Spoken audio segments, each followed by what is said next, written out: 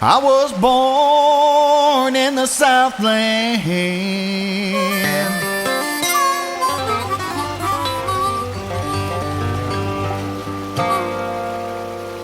20 some odd years ago.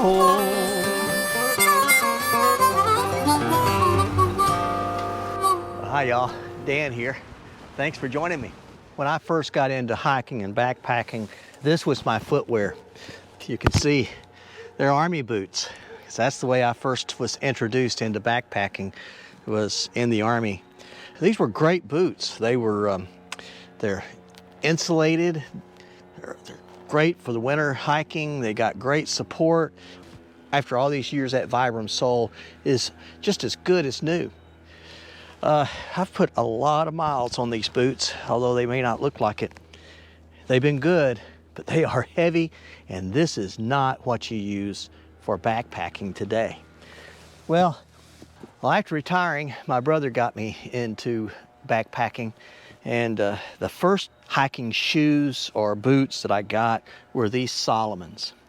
Again, went to this really nice sole with big cleats to hold. They were also Gore-Tex, so they were supposed to be waterproof, but you can see they're not waterproof.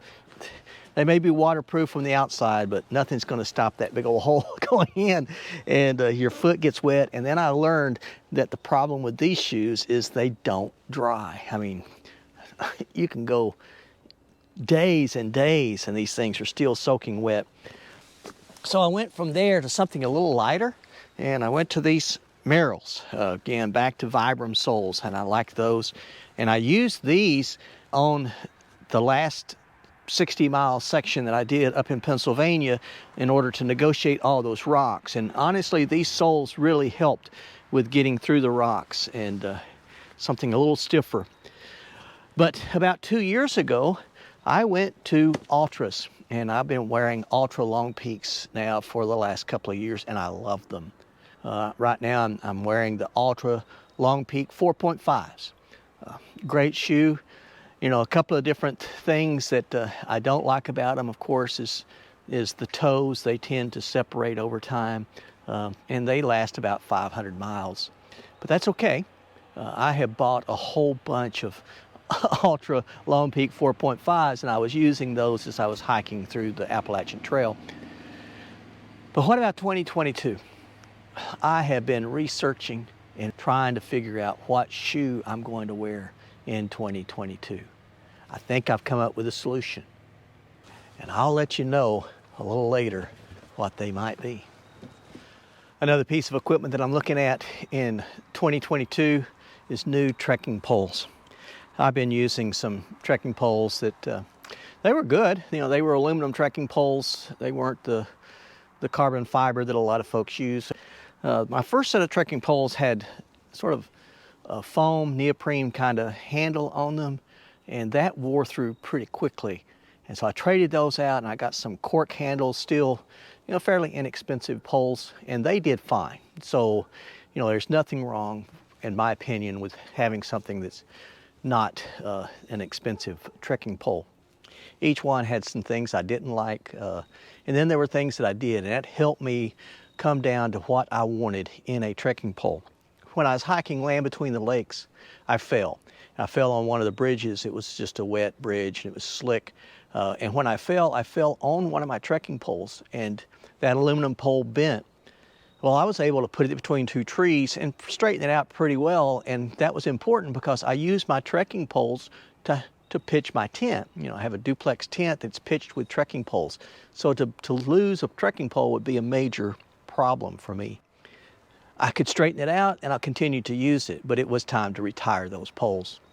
So again, I was looking at carbon fiber poles and ready to bite the bullet and buy the black diamonds when I found these poles. And this is what I'm going to be testing out, and I'll let you know if they're going to be my pole of choice for 2022. They're REI, the Traverse 7075 T6 poles. These are an aluminum pole, but there's some things that I really like about these poles. Again, foam handles, I really like that, but then it also has another handle down here that if I need to shorten up my grip on my pole, I can do that and still have. The straps are padded and it feels really good on my hand. I really like these locks. Some poles twist lock. I like the ones that have the latches, but these latches are big and they're easy to flip open. I've got about 10 miles on these poles now, and that's early for first impressions, but I'm going to go ahead and give you one. I really like them. You know, you set the bottom piece to the line that's always the standard length. And what that does, it keeps enough pole up in here to keep added strength. But then you adjust this top part. I typically go with 120 centimeters, but this goes up. I mean, don't want to pull it all the way out, but it will go up to 140 centimeters. So, yeah, that's a pretty good distance. Very easy to set up. Again, I was a little concerned with these locks because they're pretty large, and I was afraid that might catch on grass or weeds or limbs or something and pop them open. But the way that they're recessed, I don't think that's going to happen. The way they just sort of fit in here, I wish I could show it to you. They're really formed well to fit down inside a guard, and then it's got a lip on it that you can open it up. They're very secure. Now, here's something that you might not like. When you get the poles, they do not have the rubber tips on them. They just have the carbide tip on it, and I do like the rubber tips. So I was a little disappointed, honestly, that it didn't have a rubber tip on it, but when I had my other sets of poles, that tip wore through very quickly. And so I went and I bought some REI tips, and these are very heavy made.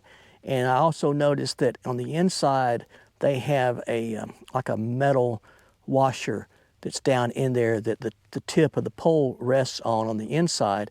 And I think that will be more durable. We'll see what that's like over time, but I do like these tips. In this first part of this trail, this first 10 miles is pretty much going up the mountain, and so I've been using these just as sort of stability, and they have worked really well.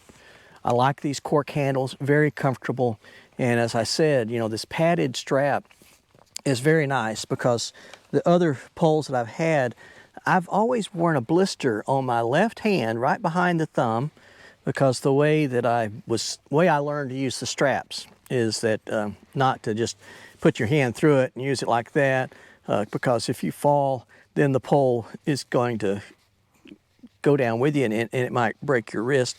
My brother, he doesn't like these things at all, so he just hikes with holding on to the pole. And over time, what I learned is that my hand gets tired. So I believe it was Bigfoot said to use these straps, you actually come up from the bottom, bring your hand up from the bottom, and then down over the top. And with that, it's really your wrist that's taking the weight, and you just sort of flick the pole out, and you're gripping it more for stability than for carrying weight. It's the strap against your wrist that carries the weight. And that's the way I have done that for a couple of years, and I really like it, because one thing is when I do fall, and I do fall, when you let go, it drops away and away from you, so I don't risk the pole getting caught up with my wrist. It stays on me, I don't lose the pole, but it falls away, and that's, I think, safer for me. Anyway, first impressions are good ones. I like these poles, and we'll keep on checking back in with them. I've had lunch now. It's a beautiful day out. It's like 65 degrees right now. The sun is bright. It's supposed to be clear tonight, and I really hope that I can get some stars for you. All right, that's all I have for now. It's time to get back on the trail. Okay, in addition to new trekking poles and new shoes, I've got a couple of other things I'm going to be bringing for 2022. I hope to make these videos better for you all the time. And so with that, I need better quality of video and I need better quality of audio. I have upgraded to the GoPro 10. The GoPro 10 has a lot of features that my GoPro 8 just didn't have. One of them is it shoots actually at 5.3K up to 60 frames per second.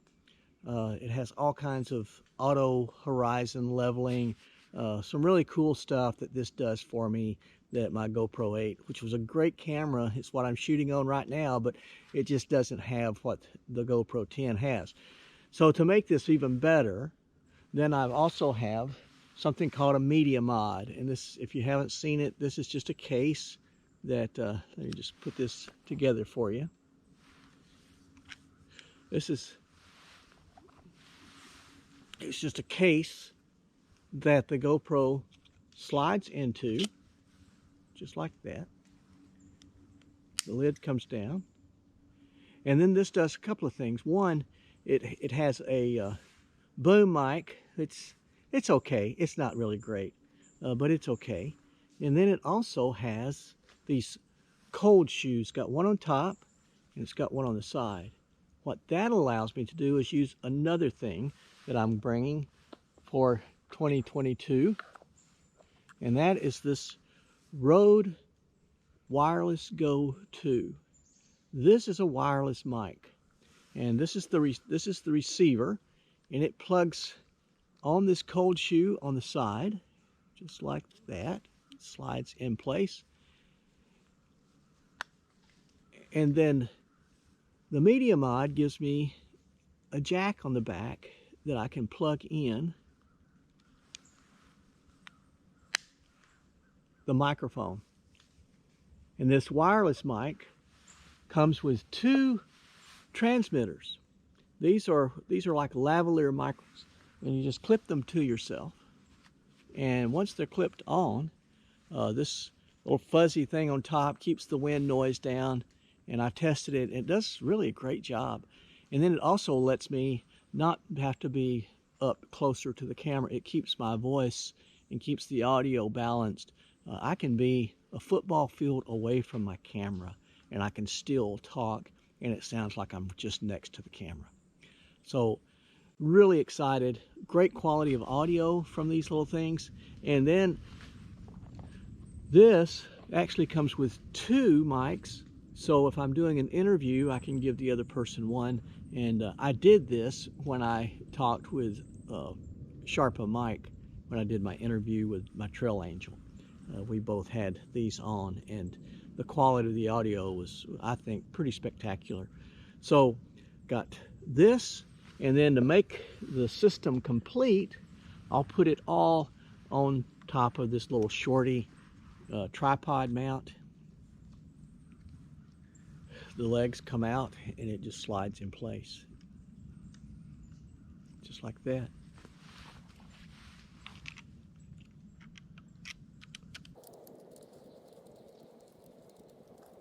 The cool thing about this is that I can set it up on its tripod.